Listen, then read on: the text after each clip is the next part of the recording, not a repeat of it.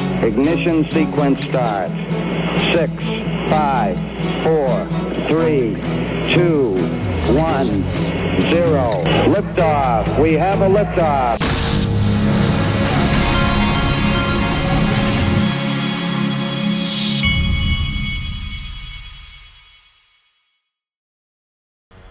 Hey everybody, this is the Digital Asset Investor, and it's never a bad day to remind you that to laugh now, but one day XRP will power the world.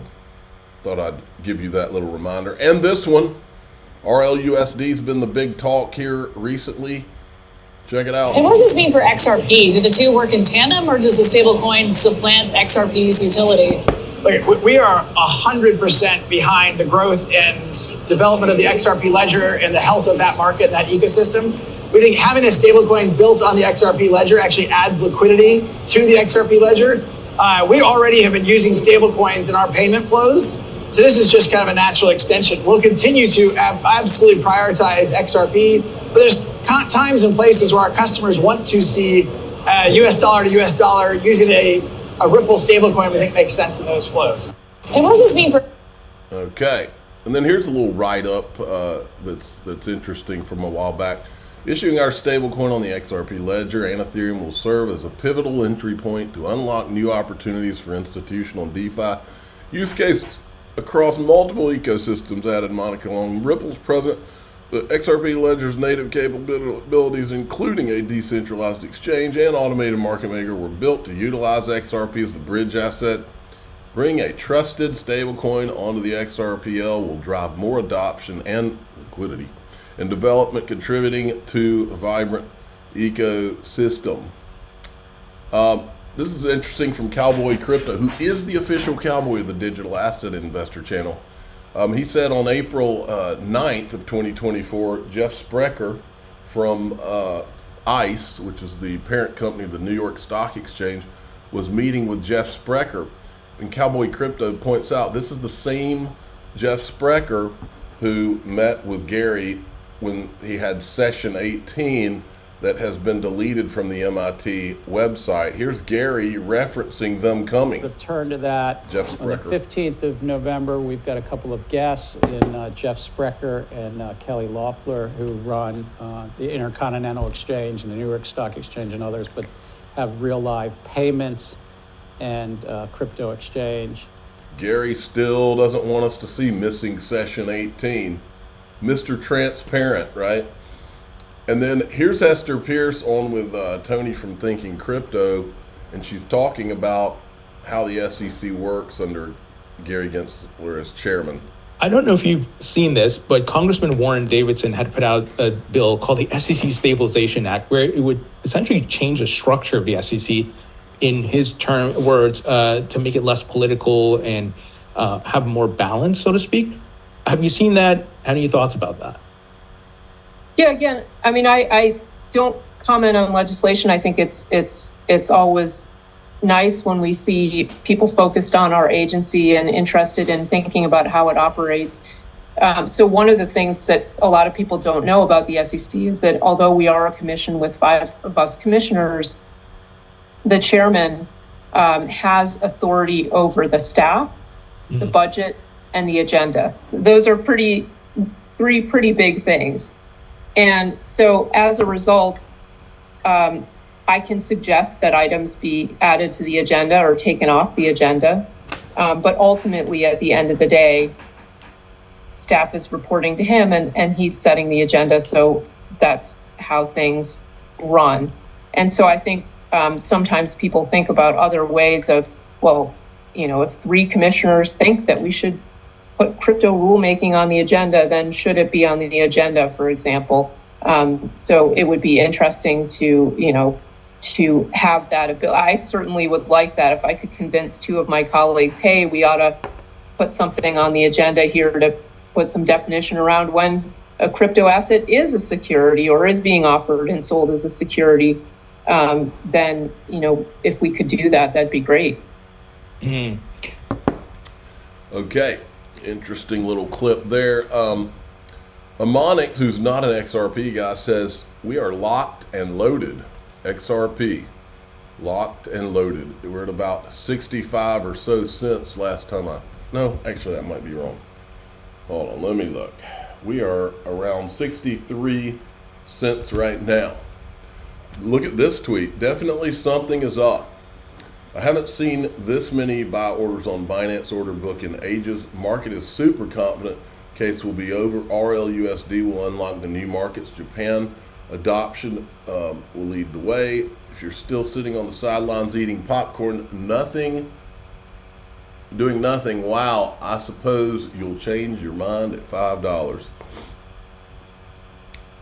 I'm excited. Then let's check in on the Ripple stablecoin tracker. That 18 hours ago was the last time that they minted RLUSD. 50,000 of them minted. Before that, another 50. I don't know if this is the same 50,000.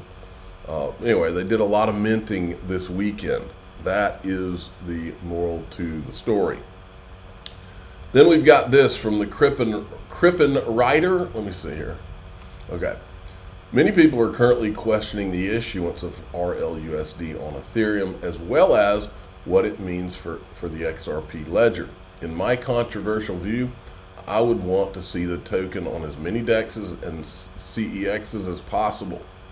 The more opportunities for the token to be traded, the more likely it is the lifeblood of any DeFi ecosystem.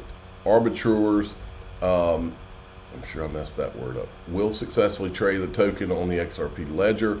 It's also not like RLUSD won't be tradable on the XRPL DEX limited order book. It's just that the clawback enabled tokens like RLUSD, the XRPL AMM aren't good fit right now.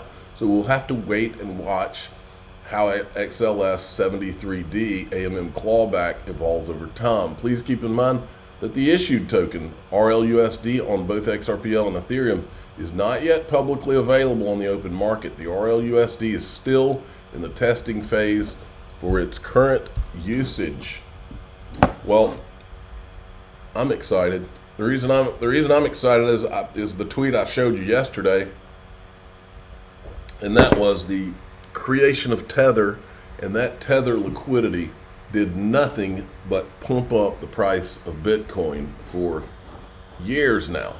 Okay, I mean they were buying treasuries and they were buying Bitcoin, and I just believe that the liquidity that flows in over time is going to do nothing but help, because it's going to keep injecting liquidity. But you know what the bigger picture is?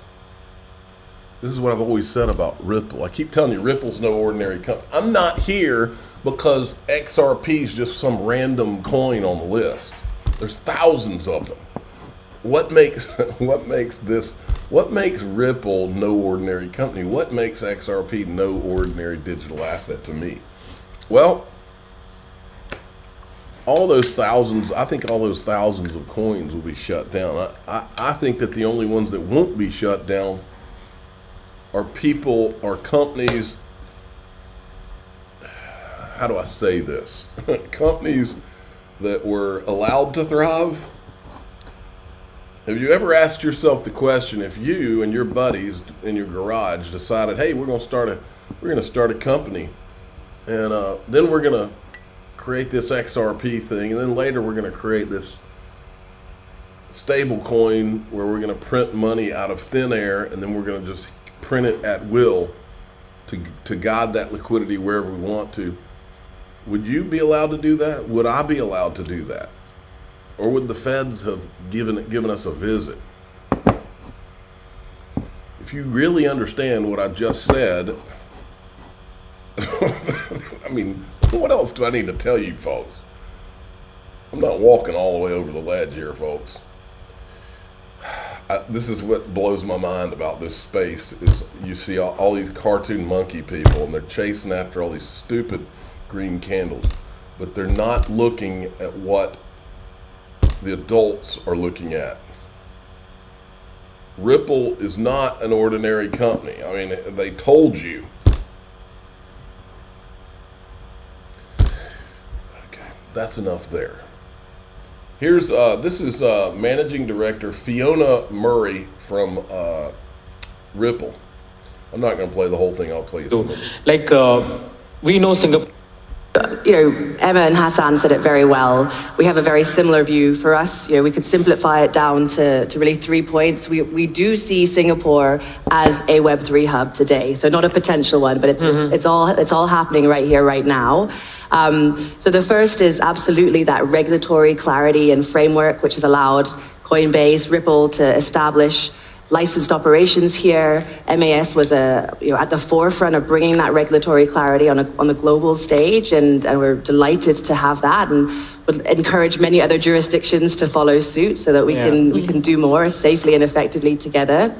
The second piece, look at the innovation around a token. It's incredible to see that, and we all know that even in Web3, what you need to have are banks. You have to have TradFi support and infrastructure. Every entity needs a bank account, and that's not a given in many jurisdictions here. The banks are encouraged to work with safe, responsible Web3 organizations, and that makes a huge difference to being able to innovate effectively.